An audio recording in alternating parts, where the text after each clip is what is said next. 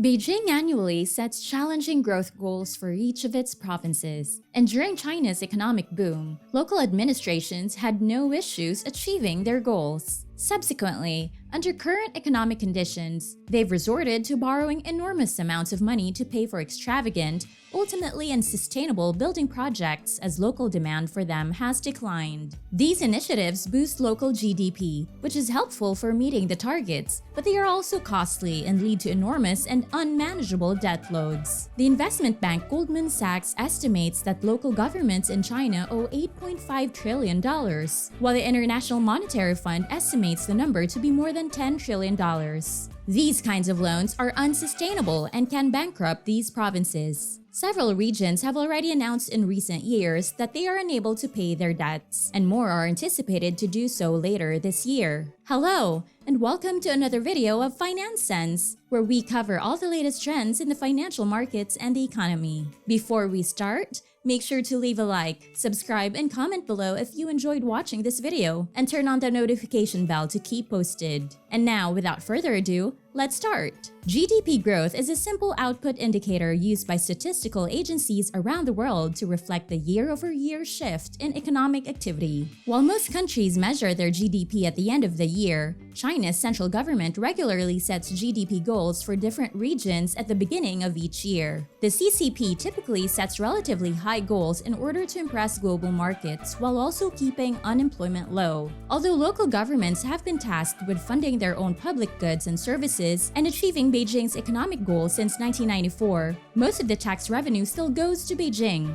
making life for local governments very challenging. This means that Chinese provinces are severely underfunded, and they have even less borrowing capacity as a result. How can these expansion goals be met if local governments are prohibited from borrowing money and retaining taxes? While occasionally, they simply lie about it. The CCP even detained officials for manipulating local GDP, according to a study from 2019 that revealed that authorities from around the nation had been lying about capital investment figures and inflating GDP. Most of the time, local governments use shell corporations known as Local Government Financing Vehicles, or LGFVS, to avoid being exposed for outright lying, which is unusual. Local governments give these LGFVS free property. These entities can then use the land as collateral when taking out loans or selling it to developers. After this, the money from these LGFVS is used to pay for expensive building projects. Investment is a factor in GDP, and infrastructure is considered an investment. Thus, greater infrastructure results in greater GDP. It might sound strange, but not all infrastructure initiatives are wise financial decisions. New infrastructure projects in China are mainly unnecessary because the country already has a lot of infrastructure to meet the needs of its relatively poor populace. As far as the economy is concerned, these new investments aren't worth the money because they don't enhance production. To better understand this, picture London without its many bridges. Even if the government had to take out a loan to finance the first few bridges, it would still be a wise investment. They would still pay for themselves since increased economic activity would result in higher revenue. However, there would be declining returns from additional bridges, while they would still successfully lower traffic.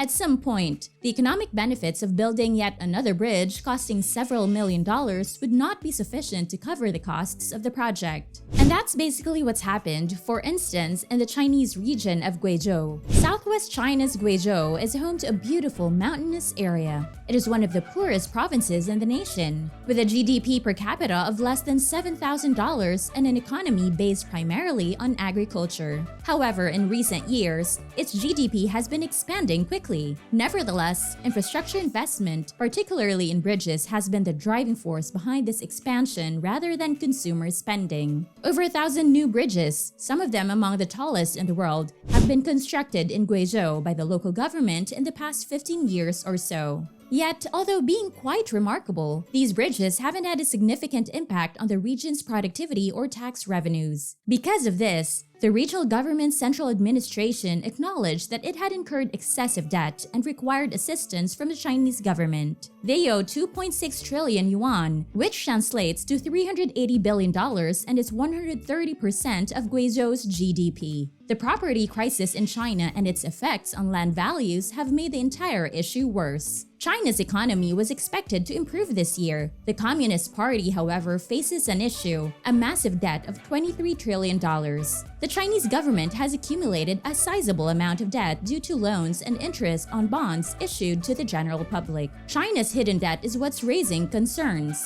What is hidden debt exactly? This refers to borrowing done by local administrations. They are off the books and hidden. The size of these loans is therefore difficult to estimate. Different people will give you different numbers, but everyone will agree that this is a major problem. The Goldman Sachs Investment Bank estimates that China's local governments owe $8.5 trillion. On the other hand, the International Monetary Fund has a different estimate, which comes in at $10 trillion. That's almost 80% of China's GDP, which is a lot more than the initial estimate of 40%. According to another estimate by IMF, China's GDP is just over $12 trillion today, while local government debt is $10 trillion.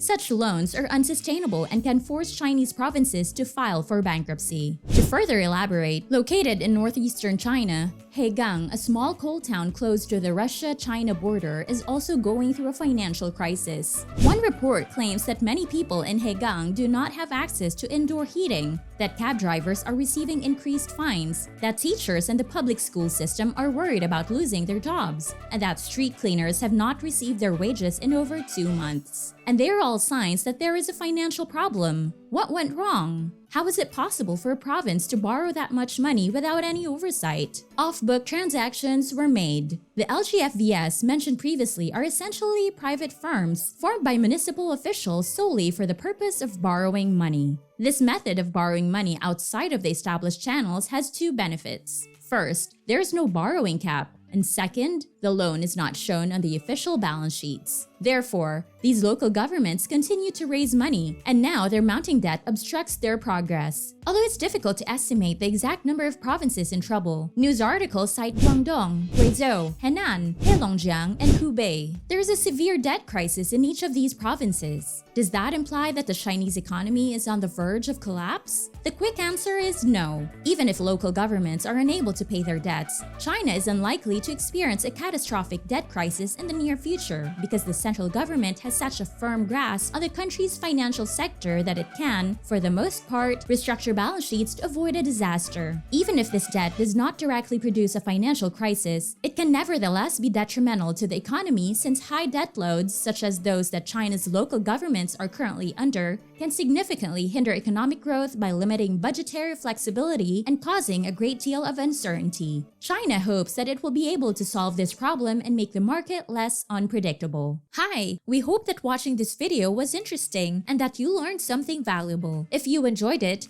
please hit the notification button, like, subscribe, and watch more of our videos. Also, don't forget to share your comments in the comment section below. This is Finance Sense, helping you stay current on all the most recent changes in the financial markets and economy. Stay safe and look out for the next video.